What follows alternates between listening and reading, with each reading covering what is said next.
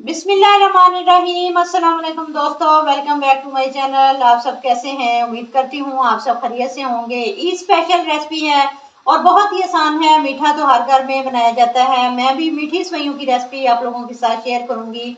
बहुत ही सिंपल और बहुत ही मजे की रेसिपी है। आपने सिर्फ वीडियो को एंड तक देखना है, स्किप बिल्कुल भी नहीं करना।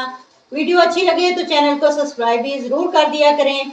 एक कढ़ाई में हम लेंगे 3 चम्मच ऑयल के। इसमें थोड़े से बादाम डाल देंगे, थोड़ी सी गिरी डाल देंगे। ड्राई फ्रूट आप अपनी मर्जी के हिसाब से कोई भी डाल लें। थोड़ी सी किशमिश डालेंगे। इनको हमने हल्का सा गर्म करना है, हल्का सा कड़कड़ा लेंगे जिससे ये थोड़े क्रंची हो जाएंगे। अब इनको फौरन से निकाल लेंगे। थोड़ा सा कुकिंग ऑयल और डाल लेंगे, 1 से 2 चम्मच के बराबर। अब इसमें ऐड करेंगे सेवइयां, इस तरह से तोड़ के डालेंगे।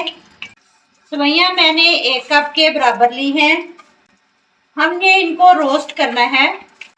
याद रखेंगे सेवइयां कच्ची होती हैं, पकी हुई नहीं होती। हमने इनको पकाना होता है। लो टू मीडियम फ्लेम पर रोस्ट करना है।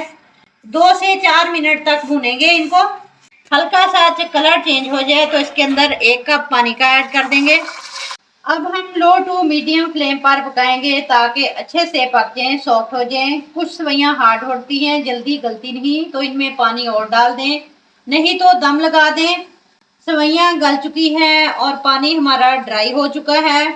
1/4 कप इसमें चीनी का ऐड कर देंगे। अब इसको मिक्स करेंगे। चीनी मेल्ट हो जाएगी तो एक शानदार सी शाइन आ जाएगी सेवइयों के अंदर।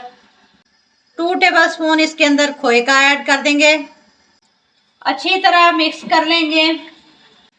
अब सारे ड्राई फ्रूट जो हमने रोस्ट किए थे वो डाल देंगे, मिक्स करेंगे।